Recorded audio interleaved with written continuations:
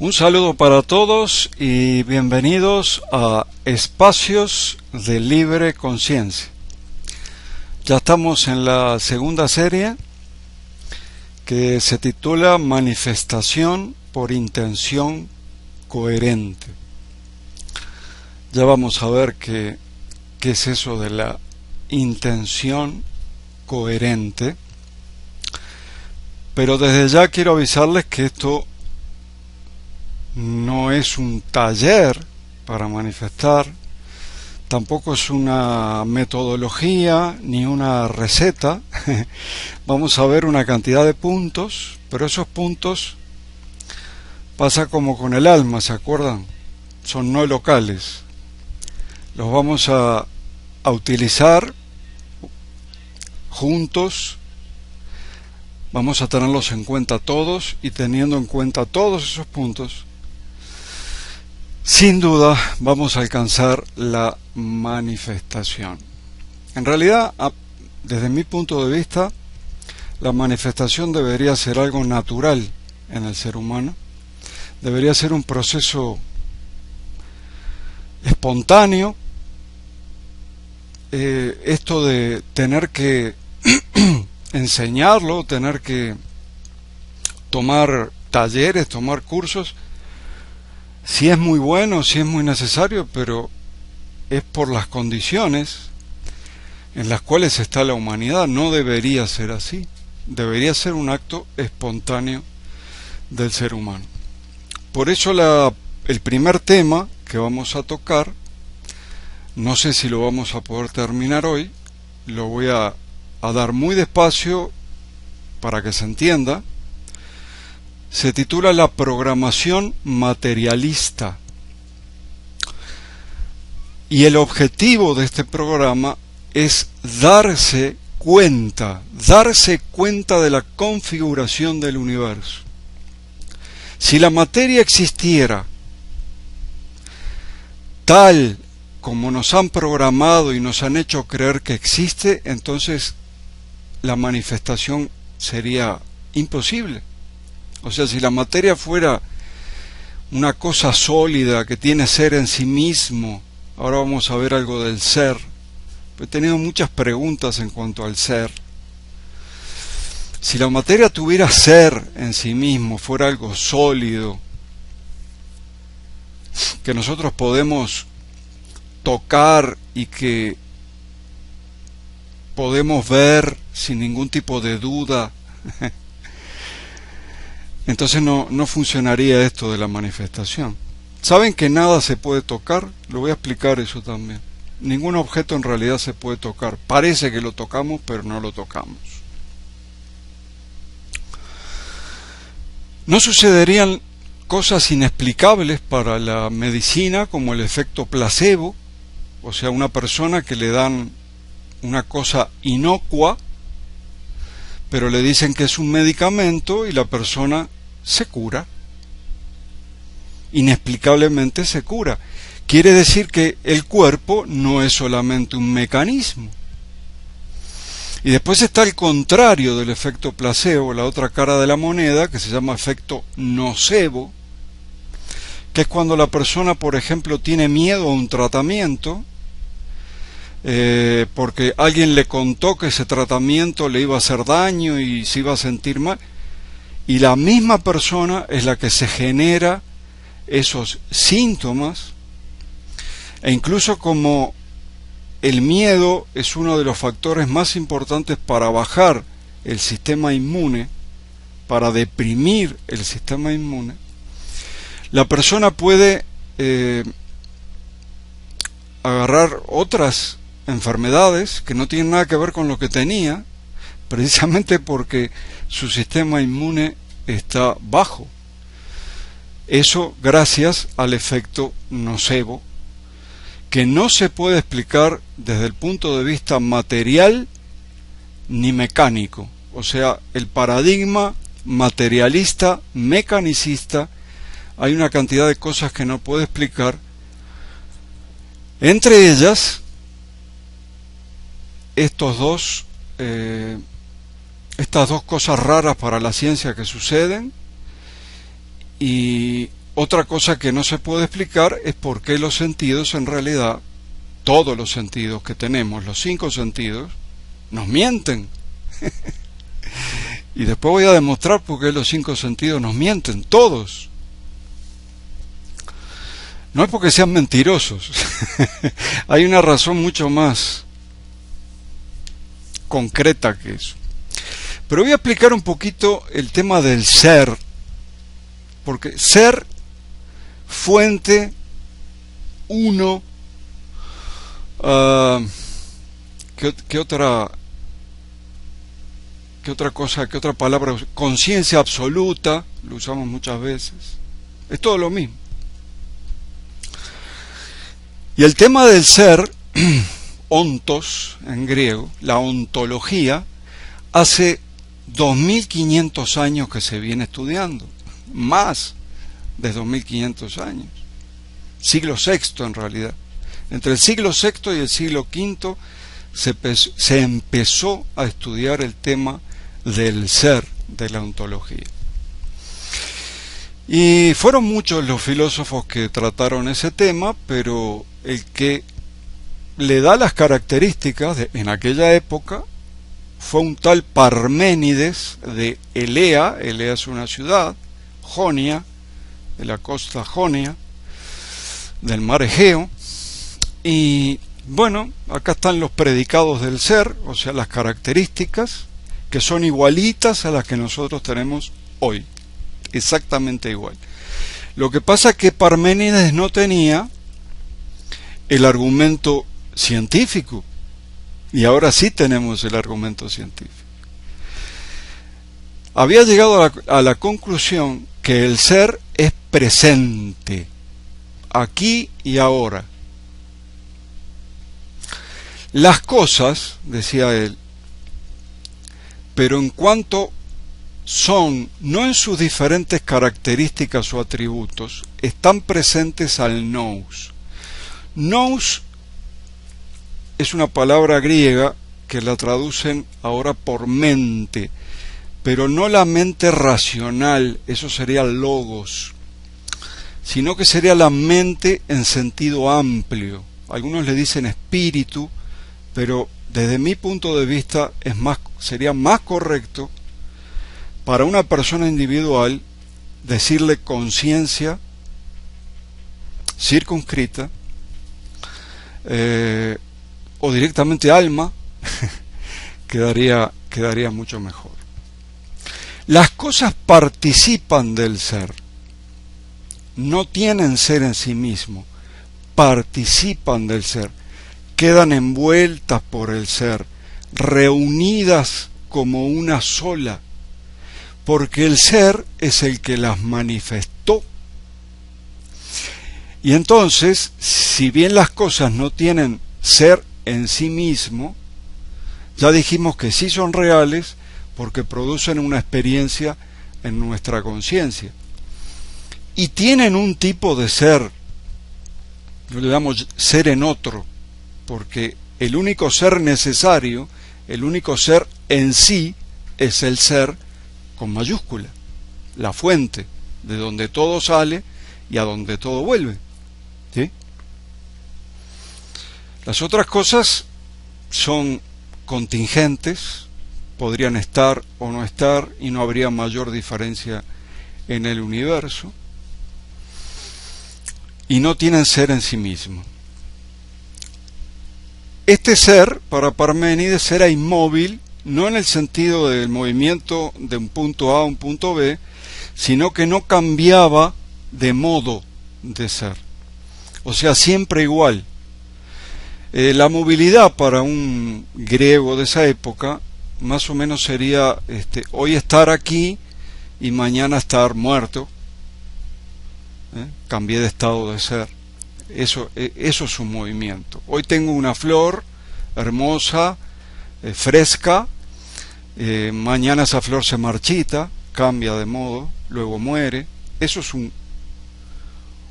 una movilidad en el sentido de los griegos. El ser es uno, uno solito. No puede haber dos seres de ninguna manera. Porque si hubieran dos cosas, la segunda sería el no ser, el contrario. Y el no ser no es.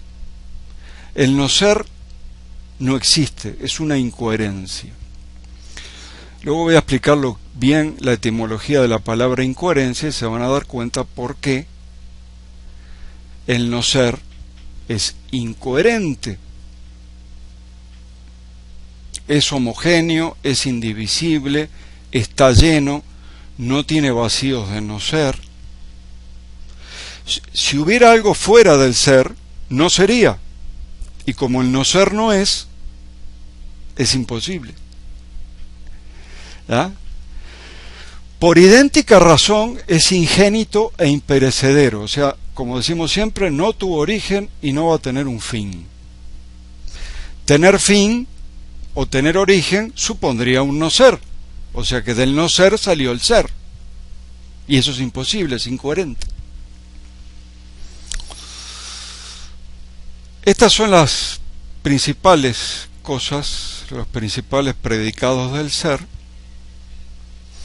Y enfatiza Parménides no de las cosas que son ilusorias.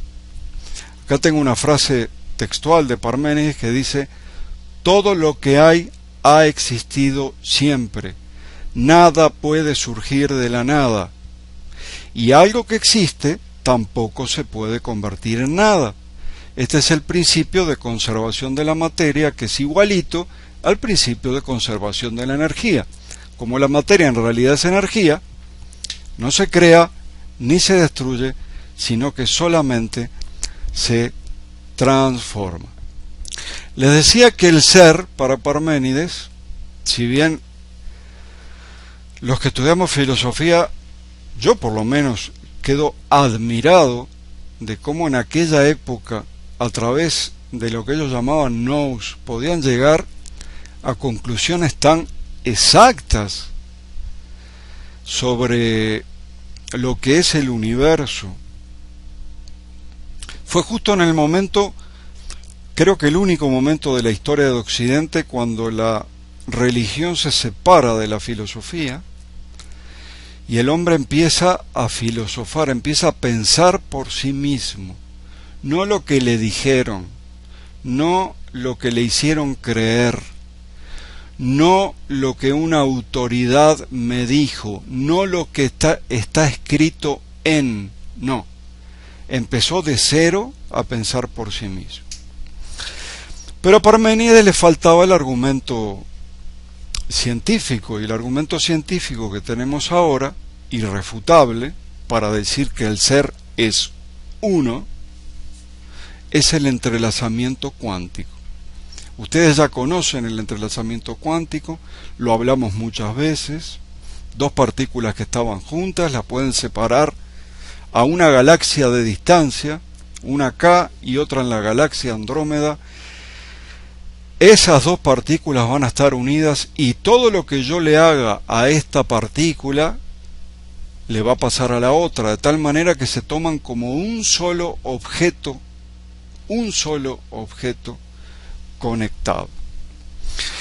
Y a medida que se estudiaba este tema del entrelazamiento cuántico, todavía hoy hay muchas hipótesis, se sigue especulando en cuanto a cómo es esa señal. Obviamente tiene que ser más rápida que la luz. Y Einstein esto no lo podía soportar, porque para Einstein el límite de la velocidad es la luz.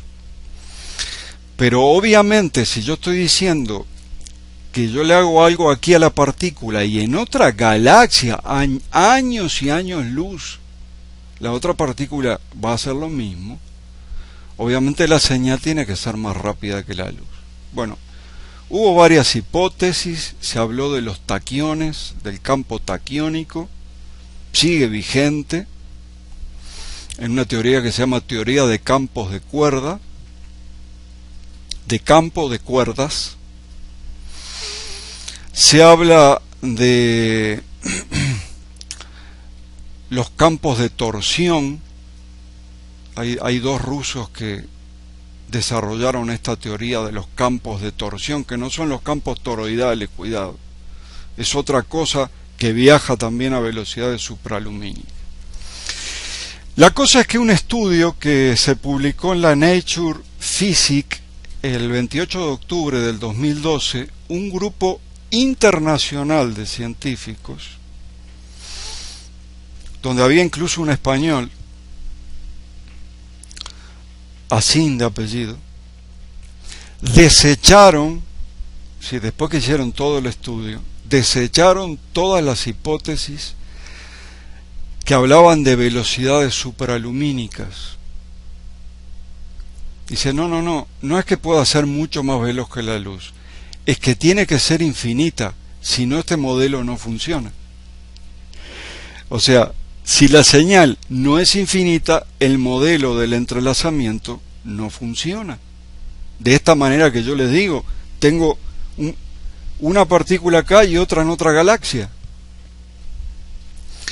Decir que la velocidad de la señal es infinita es lo mismo que decir que ya está todo conectado, que todo está conectado con todo, que todo es uno. Si ustedes leen los principales físicos cuánticos, empezando por David Bohm, que lamentablemente ya está fallecido, pero Brian Greene, por ejemplo, sería muy bueno que lo... hasta Michio Kaku, ese japonés que se está haciendo famoso por los programas, pero todos esos hablan de que todo es uno y se basan en esto, en lo que se llama el tejido del universo.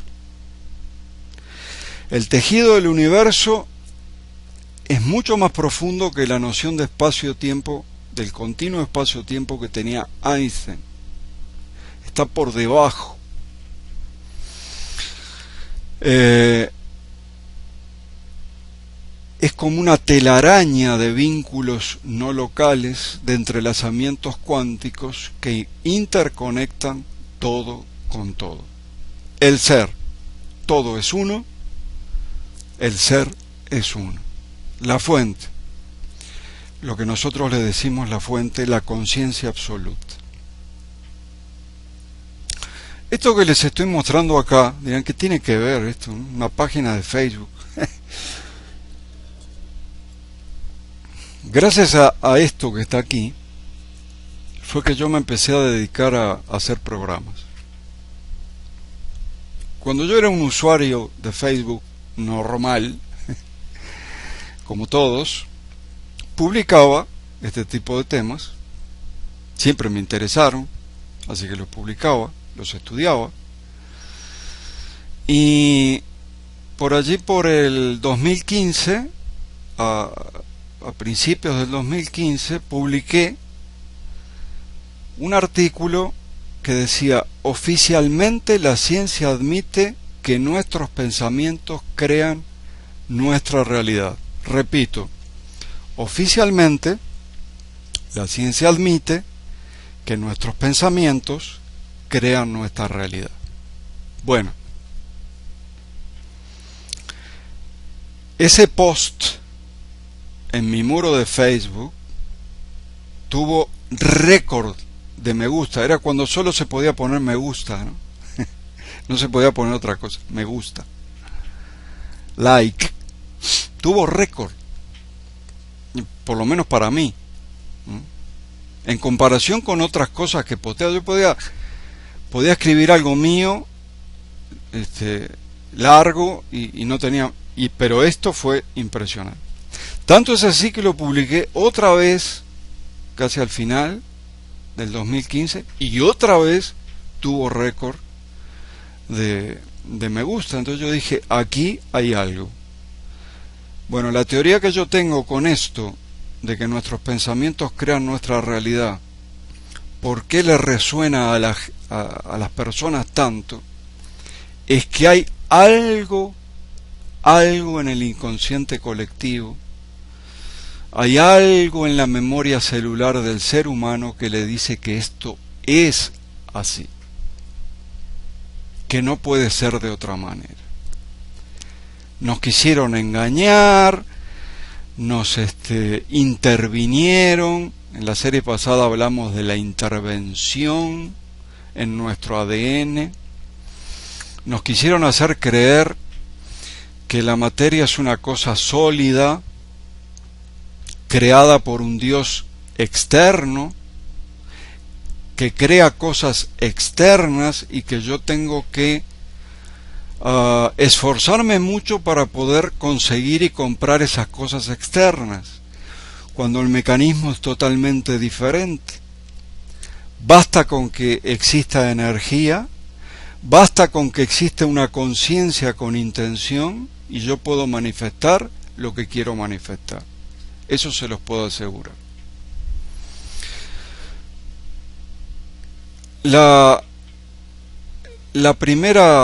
El primer argumento que utilizo es la ecuación de Einstein, que es la que iguala energía a masa o materia.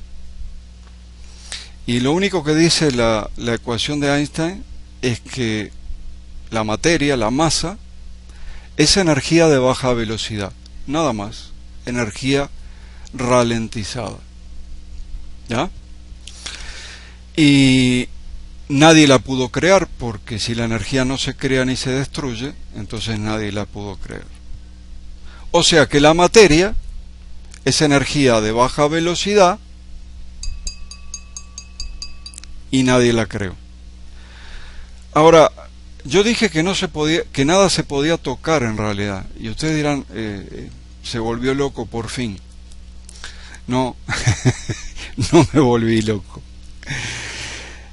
Yo creo que estoy tocando este vaso, pero lo que pasa en realidad, lo que sucede en la realidad, es que los átomos que están en mi dedo, que están siendo orbitados por electrones de carga negativa, son repelidos, se repelen por los electrones de carga negativa de los átomos del vaso. Entonces, esa fuerza electromagnética es tan potente que yo creo que estoy tocando, pero en realidad siempre hay una separación, aunque no se vea la separación, porque es infinitesimal, pero sí hay una separación. Si ustedes ahora están sentados, en realidad están levitando, por esa fuerza electromagnética de repulsión de los electrones. Ustedes saben que en electromagnetismo las cargas iguales se repelen. Prueben hacerlo con dos imanes. ¿Y qué es lo que hace que yo lo sienta? ¿Por qué lo siento así sólido? Bueno, porque esa fuerza electromagnética lo que hace es como empujar las terminales nerviosas que yo tengo en mi dedo, y al empujar esas terminales nerviosas, es una fuerza, no es un objeto.